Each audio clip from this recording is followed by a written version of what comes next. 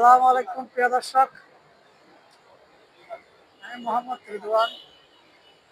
দৈনিক বাংলাদেশ প্রতিদিনে ফেসবুক পেজে আপনাদের স্বাগত। প্রিয় দর্শক শ্রোতা, আমি বর্তমানে আছি 3 নম্বর গেট ফকিরহাট হবে না, ফকিরহাট হবে না, 3 নম্বর গেট ফকিরহাট। প্রিয় দর্শক শ্রোতা, আমি আপনাদের দেখাচ্ছি বর্তমানে এখানকার পরিস্থিতি আজকে। আমি এই মুহূর্তে আছি বন্দরের গেটের মুখে। এটা হচ্ছে বন্দর।